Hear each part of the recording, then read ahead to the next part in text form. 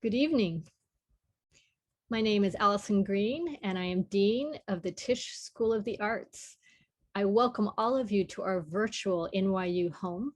We've all been through so much personally and professionally this year, and I hope this finds each of you healthy and safe and doing as well as possible.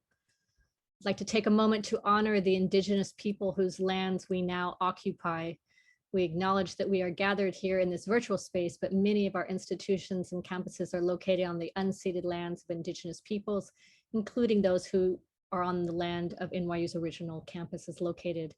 We continue our efforts to both recognize and dismantle these systemic exclusions. Tonight's events, Agents of Recovery and Change, the Arts in Year 2 of the pandemic, is the third event that our Department of Art and Public Policy has hosted in recent weeks related to recovery from a difficult year characterized by the pandemic, political polarization, racism, and police violence. I'm encouraged that there is light ahead. Spring is here, and I'm grateful for the opportunity to gather for an important conversation about how artists will lead the way. I'd like to thank Sarah Schlesinger, the Associate Dean of the Tisch Institute of Performing Arts, Jay Wegman, the Director of the NYU Skirball Center for the Performing Arts, and Ellen Toscano, Senior Director for Programming and Partnerships and Community Engagement in Brooklyn, for your support in tonight's important conversation. Pato Hebert, who will be your moderator, is a brilliant artist, teacher, organizer, and chair of the Department of Art and Public Policy. Pato, thank you for organizing this series of conversations. It's an honor to teach alongside you, and I'm grateful that you will be moderating with two very special guests. First, Oskar Eustis. What an honor it is to have you on faculty at Tisch in the Goldberg Department of Dramatic Writing and Graduate Acting, in addition to your role as the Artistic Director of the Public Theater. You have worked tirelessly to fulfill the public's mission every year, but particularly in this last year, you've been such a remarkable leader in the public's call for the theater to be more diverse, anti-racist, and a welcoming place for all the stories that need to be told. I am so grateful for this work that you are doing, and the great work you do as one of our faculty as well. Thank you, Allison. Senator José M. Serrano, we are honored to welcome you this evening. I understand your first job out of college was at the Public Theater.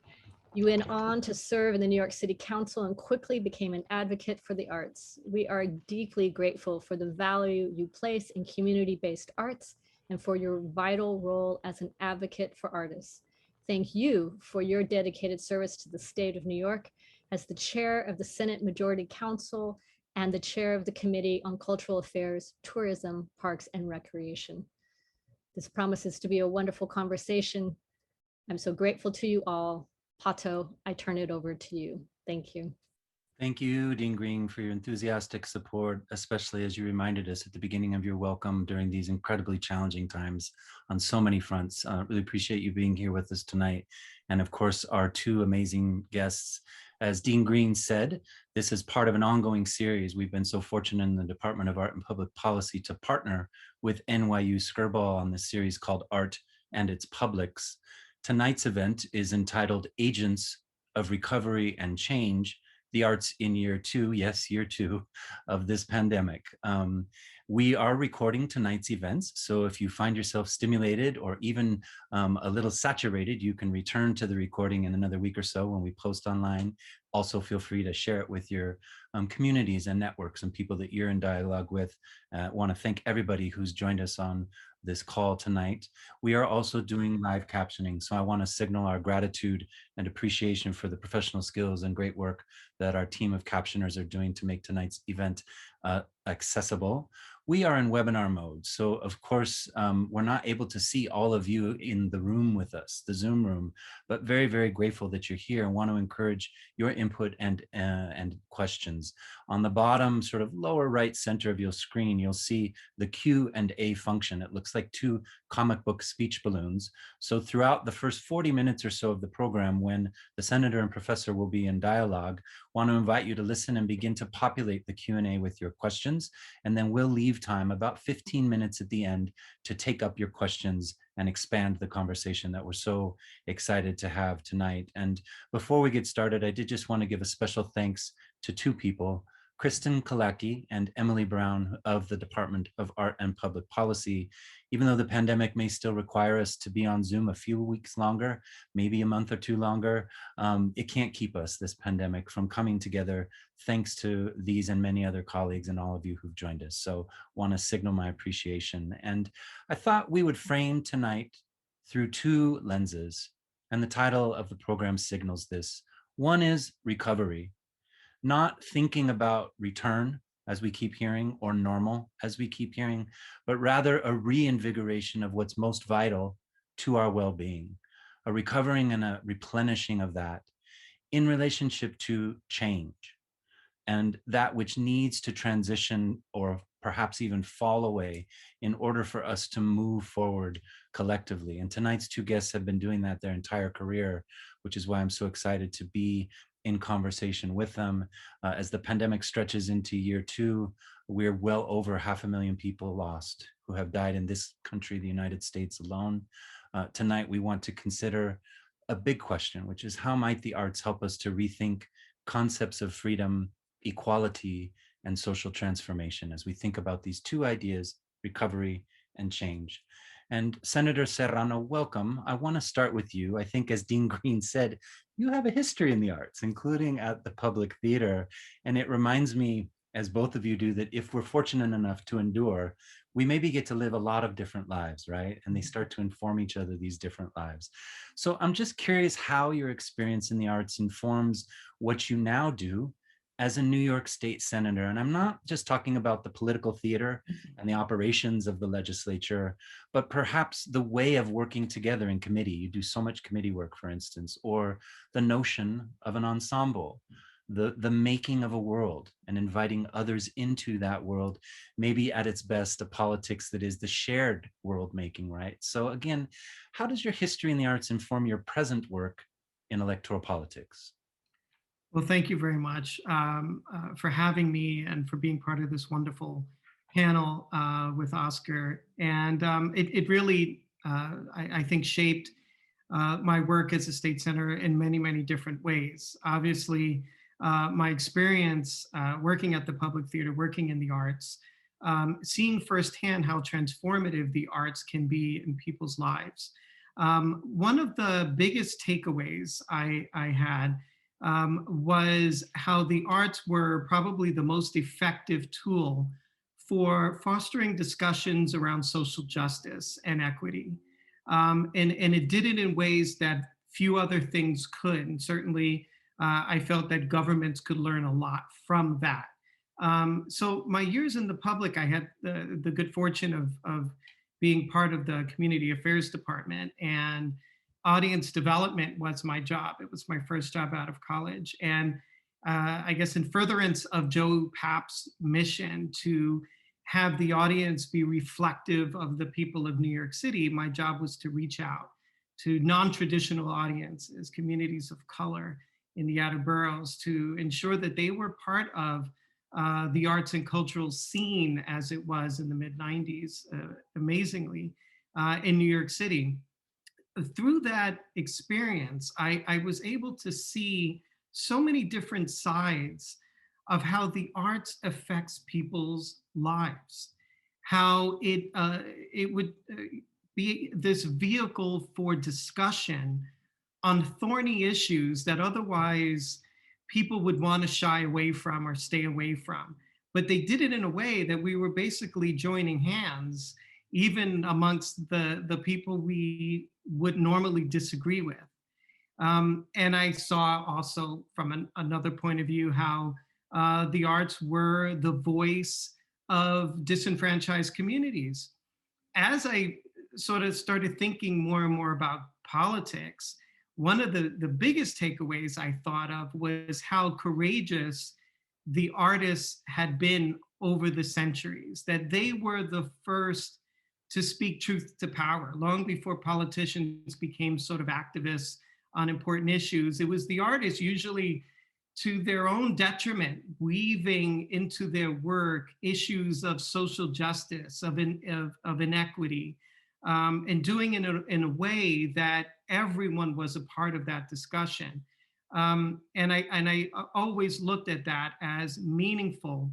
So I'm sort of going all over the place, but as an elected official, I brought my experience from the arts to a firm understanding that the arts and culture could be probably the most effective tool on fostering issues of social justice in a way that brings us all together in ways that we normally couldn't. And I use that as a way to not be stratifying, but actually be able to talk to all parties, build consensus on big issues.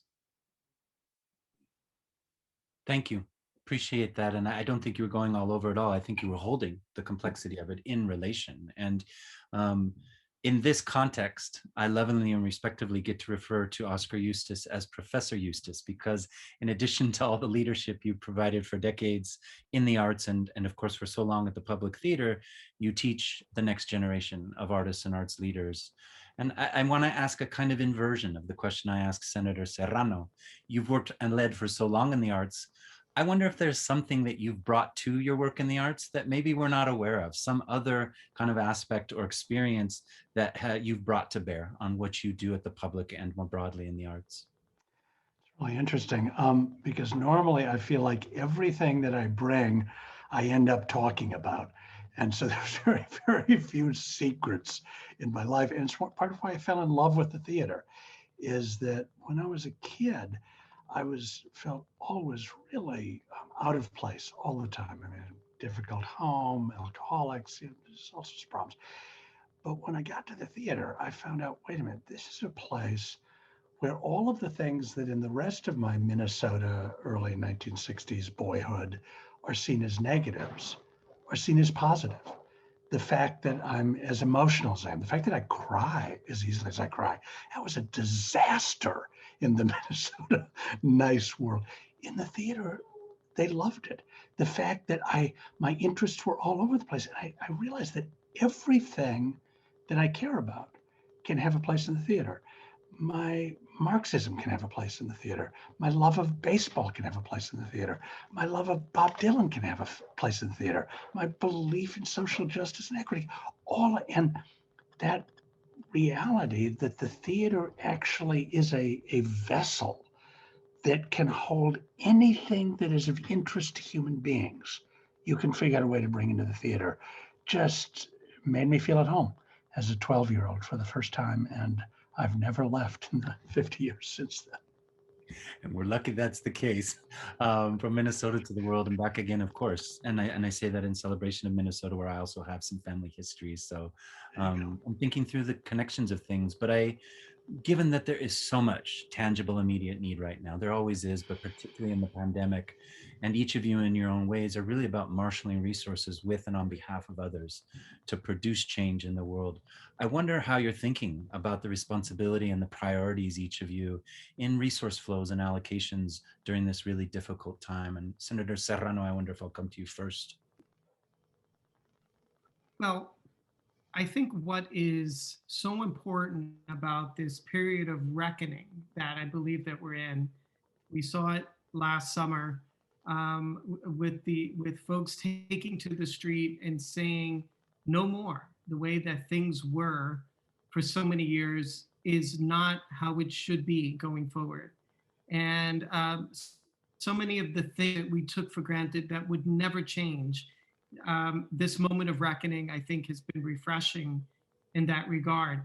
The distribution of resources, allowing or ensuring, I should say, that those who have been most marginalized in our society be the ones to get the help that they need to be able to function in today's society is of critical importance. And all of the different ways in which we do that is very important.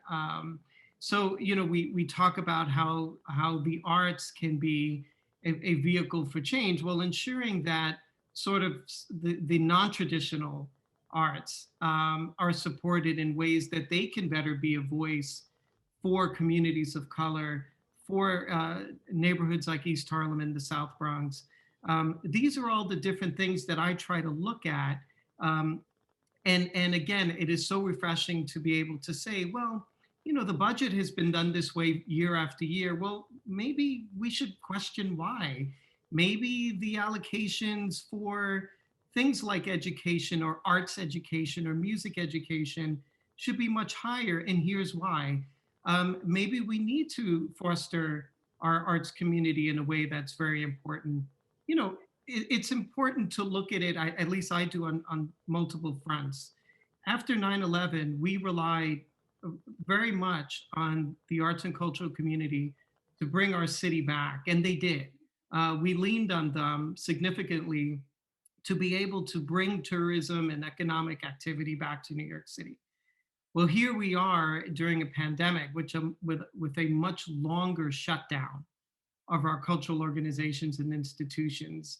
As we recover, we're going to look more to that economic engine in order for us to recover economically. But again, that has to be done through the lens of understanding all the different ways that we look at funding and distribution of resources having a profound effect on other aspects of our society. Thank you. And Professor Eustis, obviously the public holds a tremendous place in the city's culture and really in the nation and the world's culture. And yet there's only so much that can be done despite the resources that the public has. How have you been thinking about this? What to prioritize from the content of the program going forward over, say, the next 18 months to the day-to-day of the service you provide to the city and more broadly? That's a huge question, Pato, and I can only begin to talk about it. But let me pick one particular angle. That in a way, there's an enormous demand on us right now. There's a challenge for us to try to live up to what we say we do. We say we're an art form that's about bringing people together. We say that we're an art form about giving voice to the voiceless, giving center stage to those who history has tried to push aside. We say we're an art form that's about healing and unity, that's about taking the individual audience members who come into your theater as consumers, as monads, as individual folks, and then we weld them into an audience that feel themselves as having a group identity. Well, our city needs that right now. Our city needs those services, needs to give voice to the voiceless, needs to feel itself as a unity rather than as divided and separate, needs healing. And so that's the challenge. But it's also a fantastic opportunity because we get the chance to live up to what we say we do. We have a chance to prove it. I feel like, in a way, that this silence has created this open field. And now we're going to step back in on July 6th at the Delacorte in Central Park. We're going to start performing again. And when we step back in, we're going to be really visible. And now's the chance to prove that we have something to offer, to put our art where our mouths are and where our theaters are, actually make the theater live up to what its grandest ideals are. And so for me, if I just talk about coming back this summer, we're coming back in the Delacorte, where all the tickets are free. We're coming back with a production of Shakespeare, the greatest writer who's ever lived, adapted by Jocelyn Beale, a brilliant African writer who's writing a version of Merry Wives of Windsor that takes place in South Harlem among the African diaspora in our city. And so we're demonstrating that A, we're going to give this to you for free, but B, what this is the greatest of the culture we've inherited, taken over and spoken by everybody, by the people who are immigrants, by the people who seem not to have rights here, who we're going to embrace and literally put center stage. We're going to send the mobile unit out. We've had some fantastic conversations with the Department of Transportation. So for the first time, we're going to be performing outdoors in plazas with the mobile unit, because that's where we can perform in the summer. And we'll be performing all 5 boroughs, again, going to where people are. And we know that when we go to where people are, that's when our audience matches the demographics of New York. It's the only time we exact that. And finally, our public works program, which is where we partner with community-based organizations in all 5 boroughs, with the Fortune Society, with DreamYard, with the Center for Family Life in Queens, with the Military Resilience Project, with all of these social-based organizations, and we make work with them in which we deliberately blur the distinction between professionals and amateurs. And the statement that we make with that program is that being an artist is not a binary. It's not that you either are an artist or you aren't an artist. Having things to express artistically, having the desire to express them, and having the ability to express them is a basic component of being human.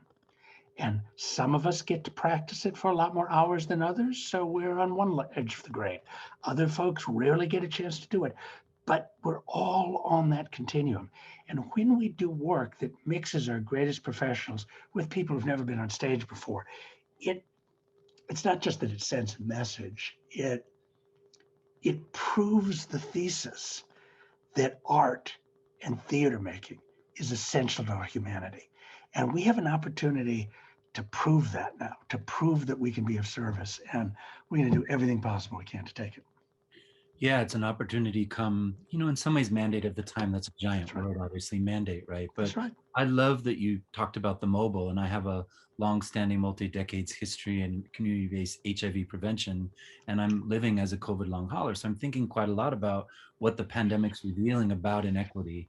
Pandemics have always done this across history, right? They reveal the fissures and the massive inequality and inequity inside of societies and culture. And one of the things we're learning from initially testing, but also, of course, right now, with the vaccine, is you can't just expect people to come, right? There has to be a much more fluid understanding of space and reality and need. And Senator Serrano, one of the things that the pandemic's revealed is the challenge of coordinating from local to state to national, right? And the need to do so at scale, given what we're facing. The local and the state have had to step in a huge way over the last 15 months. Is that sustainable? And I wonder how, with your colleagues and your constituents, you're thinking about what is sustainable about some of the approaches we've seen people take collectively and organizationally during this difficult time. When you say sustain, you mean the society at large, or in particular the arts? You can take it anywhere you want. I was thinking in some ways in less sexy, more concrete ways, which is, can our local and state budgets hold up the incredible burden that they've held in the absence until recently of federal response? And certainly that applies in the arts, of course, but it implies in very concrete ways, from schools opening up to having testing sites in the South Bronx and vaccines available, right, at Rikers, et cetera. So it's really a question of what do we need in terms of linking these multiple strata of the political world in order to continue to respond to the epidemic in the ways that are necessary, the pandemic, excuse me. Well, there are many challenges, obviously, over the last year. We have been, I think, challenged in so many ways that we never thought that we would in our lifetimes. So I think it took us a while to sort of figure out how we could best respond to everything. It was sort of building the airplane while it was flying, which is, something that over time we've gotten a little bit better at responding to the different things, but obviously it's been quite a challenge. I would say that my hope, or the hope of many of us in local government or state government, is that as we have a more robust rollout of vaccines, as we have, I think, a deeper understanding of how communities of color that were already suffering from health disparities suffered the biggest brunt of COVID, and what that has meant health-wise and economically, and how we recover with all of those pieces in mind. I think we begin to sort of see a little bit of the light at the end of the tunnel. I think the federal stimulus package, the latest one that came through, was very meaningful for states. It gave states and localities the opportunity to try to backfill a lot of the areas that we're lacking under this entire year, where we weren't able to generate much revenue at all. Folks were out of work. But again, I think there is a tremendous amount of optimism going forward. And in a place like New York City, where the challenges are so great, I think there is an understanding that there is no going back to normal. It's creating a new reality for us and using this opportunity to create a more just society, to also reimagine the way that we interact with parks and with pedestrian areas, and how we interact with the arts, and all of these different things that sounded good over the years, but we never really knew when to stop to imagine them, to incorporate them in our lives. Well, COVID made us all stop. And it was a tremendous trying time on all of us. It would be a horrible shame that on top of all of the tragedies that we as a society sustained because of coronavirus, that we went back to normal. Normal's just not cutting it. Let's use this opportunity to totally reimagine. And I'll use the arts as a good example. As chair of this committee in the state Senate, when I was chair of this committee in the city council, I was surrounded by a huge coalition of the willing. When I got to Albany, it was a little bit different. It seemed that the folks up there thought of the arts as a very New York City centric thing. And I would try to explain, no, this is so important upstate. This is so important in Western New York on the Southern tier. Look at the data. Look how the arts and naturally occurring arts communities have built robust economies in otherwise distressed areas. Let's examine these things, the transformative effect of the arts. And I think there was still this notion that the arts were entertainment and some aesthetic. And what I was trying to really explain was that it can do so much more. What I feel so excited about is, in the last year or so, hearing different voices from other parts of the state, geographic areas, upstate, Western New York, elected officials from this area, fighting wholeheartedly for the arts in Buffalo and Syracuse and upstate New York, understanding that this is not simply a New York City thing, that this is transformative, that this is a vehicle for social justice, that this is a way that we as governments can be more effective. If we were to take a page out of the things that I was so fortunate to witness in my 6 years in the arts, that we could become more empathic, that we can not be afraid to show our vulnerability as elected officials and engage the public on a way that was more human. And I'm starting to see that, and it's so exciting. Thank you. And in some ways, it dovetails with the question I wanted to ask you, Professor Eustis, which is, I don't want to simplify it, but theater, perhaps like film and television, has got to be among our most collaborative art forms. It takes so many different people working together, even to produce a one person, one act, right? And I wonder, I'm trying to hold the collaborative nature of theater in relationship to something else we've seen over the last 15 months in particular, which is mutual aid. People working together, sometimes outside of the space of organizations or institutions like the three of us happen to work in.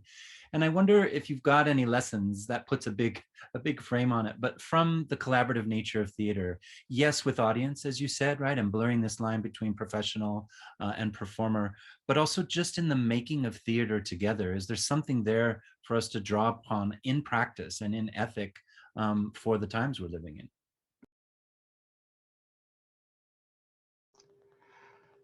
I certainly hope so, Pato. The rehearsal room is a form of utopian space. And for those of us who love being in the rehearsal room, it's because when we go in there, somehow all of the petty grievances, the ambition, the resentment, the frustration that make up our personality most of the time fall away. And in trying to make something together with the other people in the room, and it's the actors, it's the director, it's the playwright, but it's also the stage manager and the production assistants. Everybody focuses on something outside of themselves that we're trying to create, but all of us bring all of ourselves to it. And when that works, that is the closest to a model of how I think society should work that I've ever experienced. And I don't think it's a coincidence. I think the things the theater values, the theater values dialogue, and actually it values conflict because, of course, drama is all about conflict. Drama is all about different points of view. And there's an ontology in there, if you will. It's actually implying and demonstrating the truth isn't any one person's possession. You don't go into the theater and have a minister on stage telling the audience what to think. You go into the theater and you watch two people disagreeing with each other. And by disagreeing with each other, changing. And that you have to believe that that's the way the truth happens if you're going to actually believe in democracy. If you don't believe that's the way truth happens, you may put up with democracy because you have to, but really you think you should just be able to tell people what to do. But if you really believe in democracy, you believe that the conflict of different points of view is essential. And you believe the other thing that, of course, ask an audience to do, that the act of putting yourself in one character's shoes and then putting yourself in another character's shoes, that act of being able to empathize with those that are different from you is a core civic skill of a democracy. It's what we require people to be able to. It's what has been, and again, I'm slight hyperbole, but you could say that everything that's been wrong with this country in the last 40 years is there's been too much internet and not enough theater. There's been too much people siloing into echo chambers where they only have to hear their own point of view, refracted and mirrored back to them and escalated, and too little of people coming together in a space with people they don't already agree with and going through complex ideas, complex emotions. That's what the theater has to offer. And again, I think there, as you said earlier, there's a demand on us. There's a mandate now. Senator Serrano, who, and I have to say, I'm so proud that you used to work at the public, Senator. It's just feels like it. Some of us actually went on to do something important. I mean, others of us are still here telling lies, but you're actually making a difference. But we've got to come back to a moment of greater sharing, of greater distribution, of more diversified opinions who get to tell the story of America. And if we don't come back to that, we will have wasted this incredible opportunity. Because I think it is an opportunity, precisely because it's exposed so many contradictions in our society.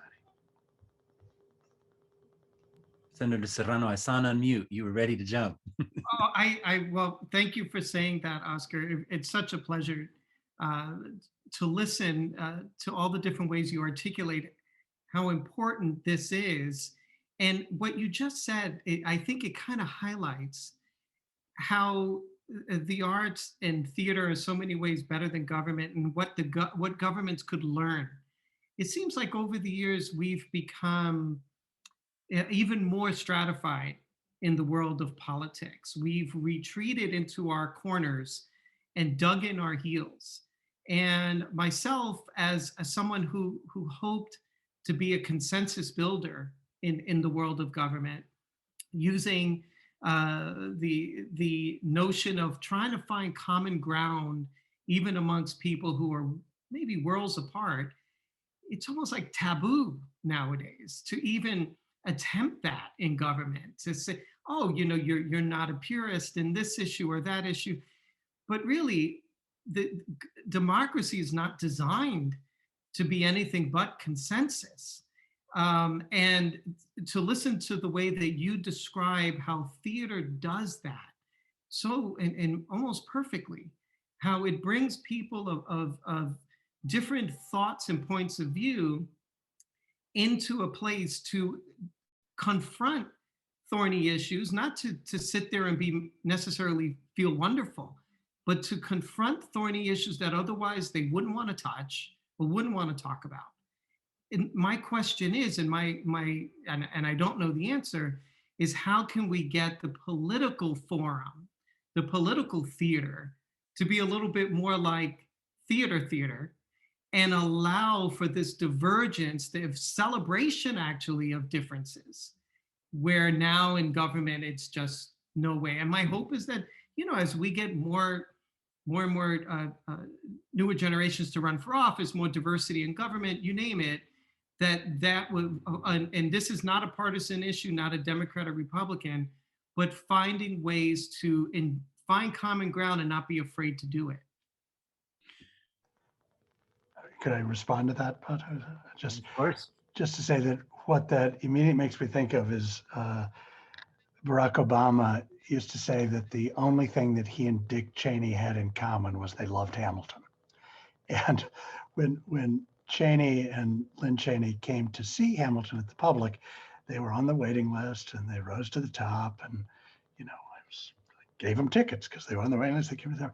And then sort of my worst nightmare happened, which is they came out and they told everybody how much they loved it.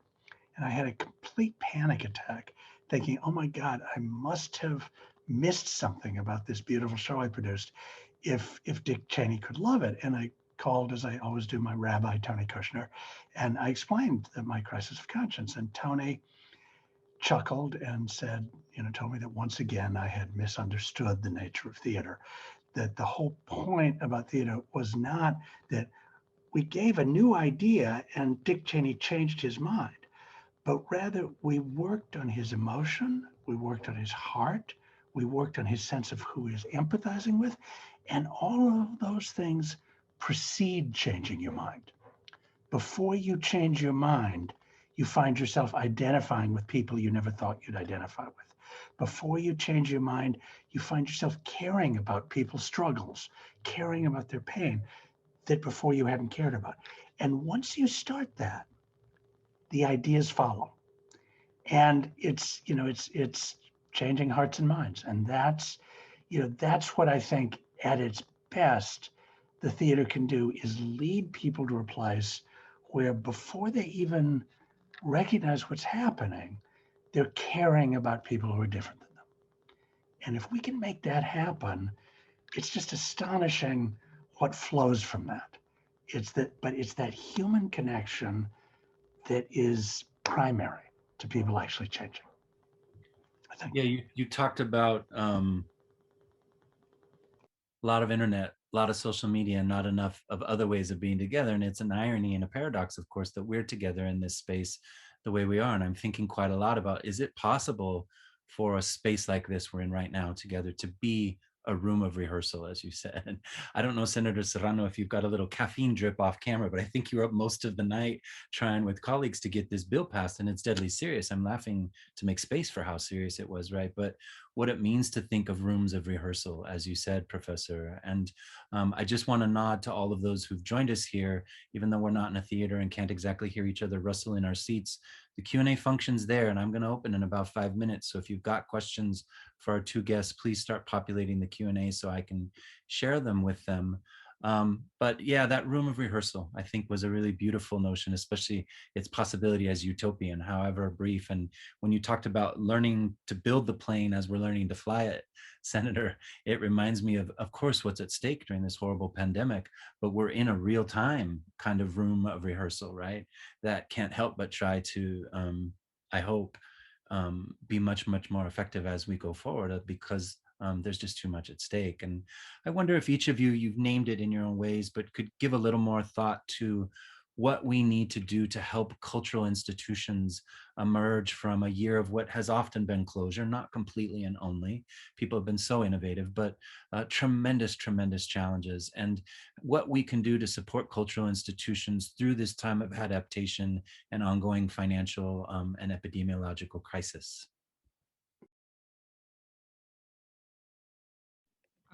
I guess I'll start. As I was saying earlier, I think what's really different now is that there is, I think, broader understanding amongst elected officials that the arts and culture are not some mere aesthetic, that these are in many ways a pillar and a foundation within our society. But artistic organizations and institutions were the first to close at the beginning of the pandemic, and they'll be the last to reopen. And in that time, artists that were already not in financial great shape, arts organizations that were in even the best of times, not doing very well. And why is that? I can go on and on about a long history of, I think, underfunding the arts, especially on a national level, I think, understanding all the different ways that the arts are a benefit and a huge return on investment when it comes to the way that they affect the economic situation in towns, cities, and the nation. And I see some changing sensibilities around that. And I saw that a lot as we were discussing and hammering out this year's budget, that there was a real understanding that the arts had suffered so much. And at the same time, we were going to rely so heavily on these same arts organizations, these same artists, to somehow bring us back as a city, to not only bring us back economically, but emotionally. We are going to need so much time to sort of decipher what we've been through over this last year, to reckon with it, to make sense of it, to emotionally understand and get through it.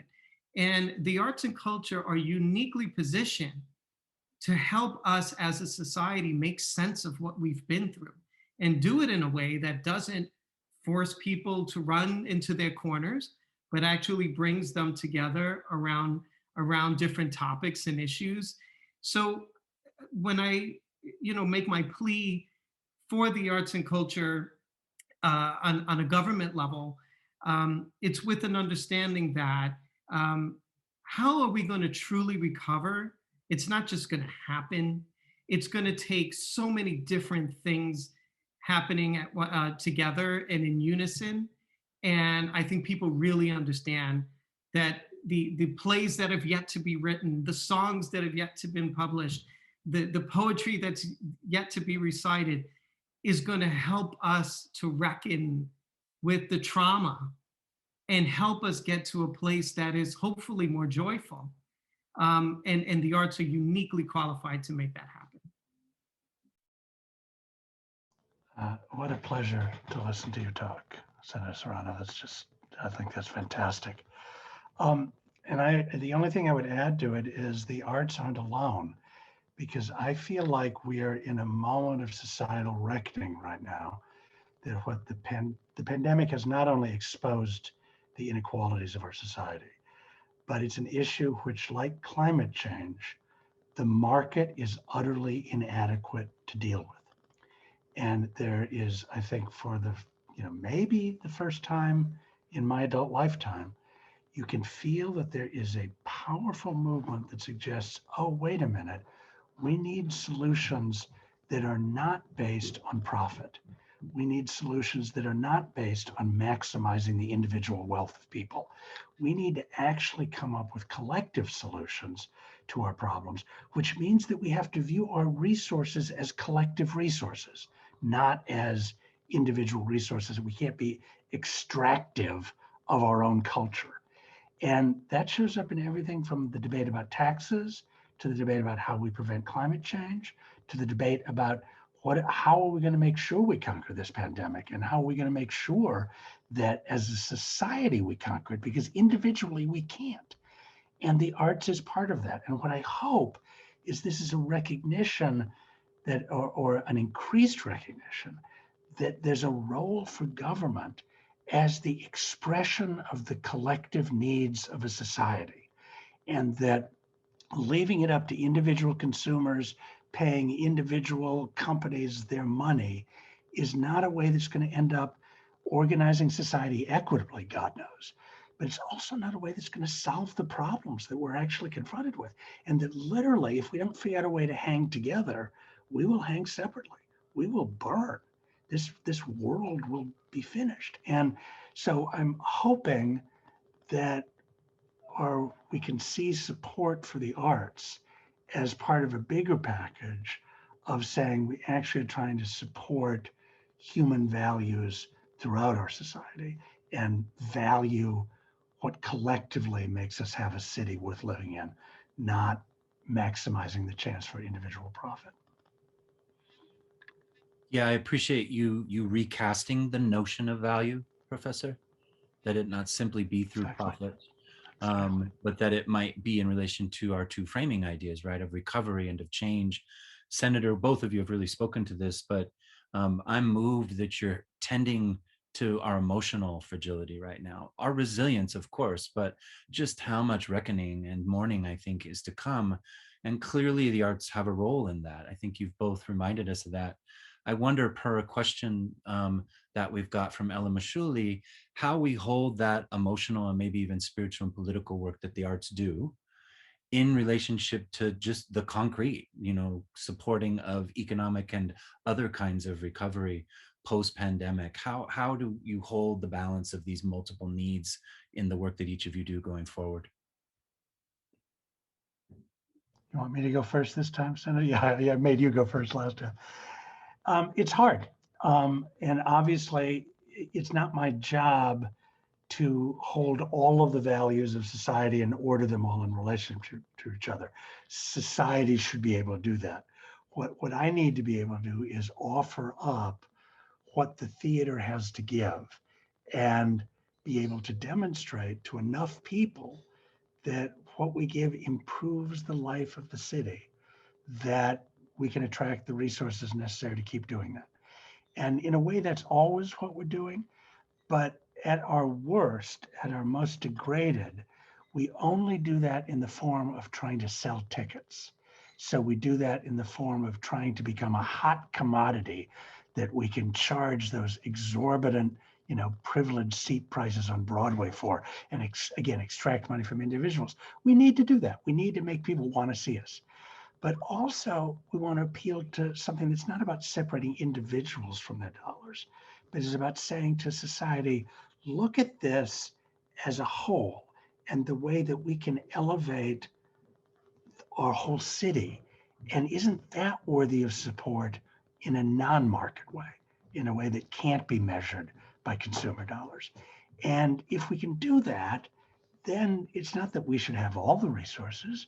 We should be part of the process of economic justice, of health justice, of racial justice, and of artistic justice. Because the need to create art and the ability to create art is essential to being human. And if we don't give people the ability to do that, we are depriving them of their humanity as surely as if we were taking their food away. Thank you. And Senator Serrano, having slogged through the budget process, I'm wondering, are there concrete ways you're thinking about that with your constituents and the direct people you serve, of course, and then in relationship to the broader state? How are you thinking of this in concrete terms, what professors just shared? Well, I think it happens organically when there's real action and desire for it to happen. And I think what's so different now and what we've seen over this last year and even in years prior is that the level of activism that we see in communities of color in places like the South Bronx and East Harlem and other places where folks are really speaking out and finding their voice on issues that are of critical importance.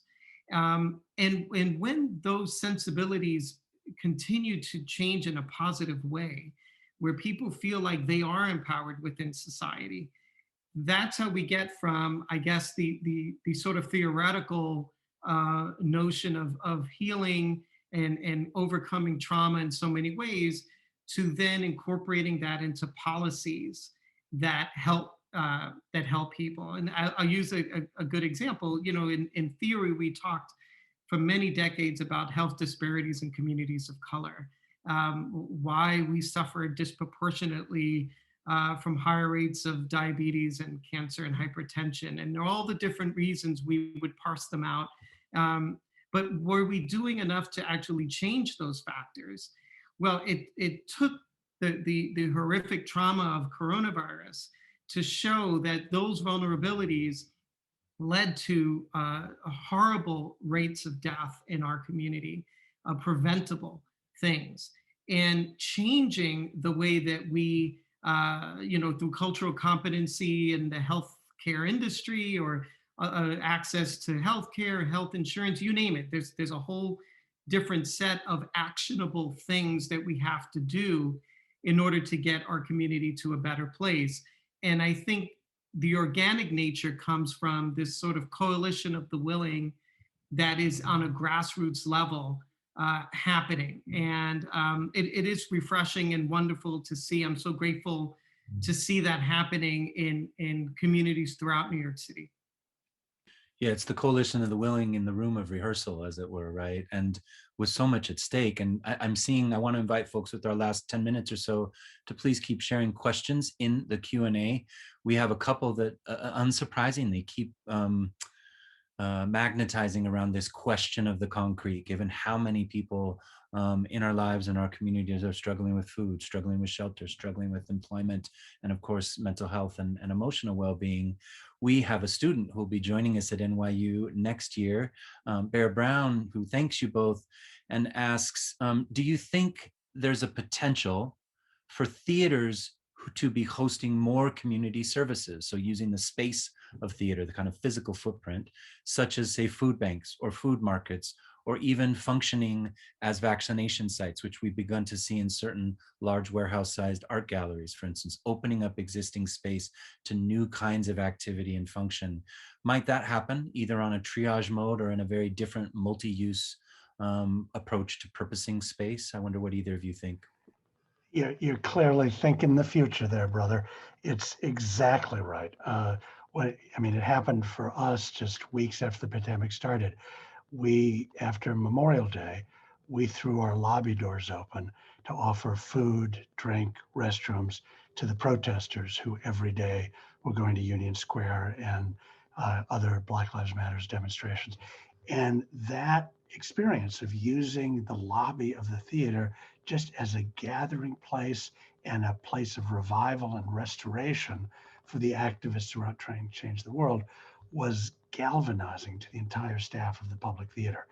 When we go out this summer to those plazas that the Department of Transportation is offering us, as I said, we're going to be trying to have vaccination sites next to us so that hopefully we being a crowd together, and yes, we'll talk to them some about vaccination, but more importantly, they could line up right there and get vaccinated. Though that kind of interpenetration of arts and activism, arts and community service, feels to me the road of the future. We need to take the theater out of the marble palaces, the gilded lounges and lobbies, and get it back to serving everybody. And we in the theater have been guilty of that.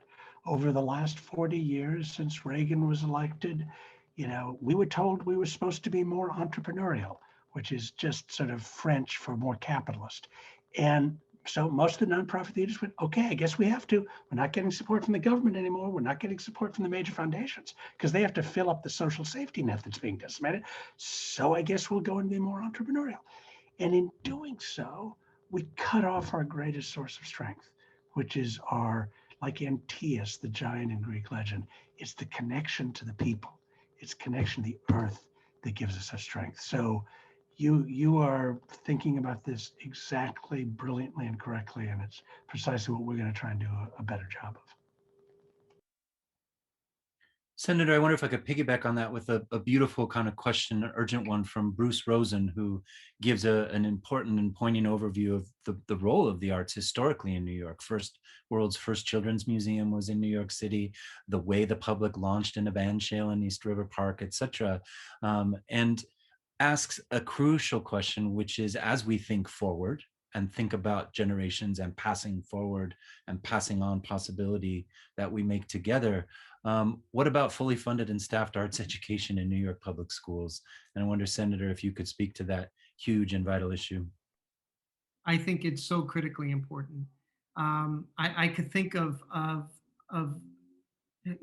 have two young children who are in public school, and the arts and cultural programming and education, unfortunately, is still one of these things that's on the side. It's almost like a supplement to their otherwise academic portfolio. And a lot of that has to do with high stakes testing and a lot of other metrics that they have to achieve that don't include the arts and culture. But I, as a kid growing up in the 1970s here in the South Bronx, and I remember my public school having a lot more rigorous arts and cultural education. It seems like there was a lot more, and I try to sort of talk to people who worked in education back then, and they did confirm that there was a lot more back then. So I remember La Traviata. I remember all of these things. I can't tell you I remember much else, but that's what I remember of public school and PS 31. And but it really did, I think, make me enjoy school more, and it makes you a better student. We all know that. There's hard data for all of that. It's not anecdotal, and yet we're not there. So from my point of view, my job is to keep going to Albany and keep pushing for not just more funding, but deeper understanding of how this is going to make children into better students and to better adults who have a more global view of things, who have a deeper appreciation for sort of the cultural diversity that we enjoy here in New York State and in the city. But getting there, I think, is going to be an ongoing battle. So, I think that's a great question, and it's a formidable task ahead to get us there. But, again, I'm starting to see a really deepening sort of coalition of the willing who understand that our way forward, our path forward, has to include the arts and culture, not just as an industry, but as a way of life for so many of us and for our families. Thank you. I wonder, in just the last minute or two, do either of you have a closing thought you might want to share? This is very concrete, but maybe it'll make up for the hot air that I was spewing earlier. We are right now working to make sure that in the infrastructure bill that President Biden is putting forth, that workforce development is a major part of it, which it should be, but also that the arts are included in that. Because I think one of the things that would absolutely elevate all of us, if we had federal support to take people who don't realize they could make a living in the arts, and not just as an actor, as an electrician, as a carpenter, as a costume designer, as a stagehand, to take folks from backgrounds who don't think that there's a career for them and help bring them in and give them access and training to the fact that you can live an economic life in the arts as well as an artistic life. And just to add to that, you're right. I mean, when I tell people, well, I worked in theater before I became an elected official, they automatically assume that I was an actor. And I said, no, I'm not that talented. I worked, like so many others, on the administrative side. And such wonderful people I met. And from the dramaturgs and as Oscar mentioned, all the set designers are, the carpenters, and just really fun, wonderful people in this sort of world. And they were viable careers, and people enjoyed coming to work every day. It was casual, yet it was intellectual. It was just amazing. And it was, I think, a very important life-shaping experience for me, coming from that world, coming into the world of politics, giving me a very different perspective, and I think a deeper understanding of not just why the arts are important, but actually how they can transform lives, communities, individuals, and help us elevate to a much better place. So it really is so important to make that case. Well, thank you both. I told you I would respect time given how busy you both are, even though I feel like we're kind of just getting warmed up. And I wish that we could, together with our amazing audience who's come to join us today, move on out of Skirball, its beautiful space, and into Washington Square Park and keep this conversation going on a lovely spring evening. But I need to let you and everyone who's joined get to your next steps. But thank you both for your insights and your rapport tonight. I want to thank Jay Wegman and NYU Skirball for bringing us all together. These things don't just happen, right? It takes people orchestrating. Ellen Toscano and the 370J project, who had the vision to kind of imagine a program like this. Dean Green, for making time to give us a welcome and a context for when and how and why we're doing this work together. And our captioners who made this event accessible so that we continue to think about arts for everyone and to embody that in a real way. Thank you everyone for joining us. We'll see you again in the Zoomverse soon. Take care. Thank you, Pato.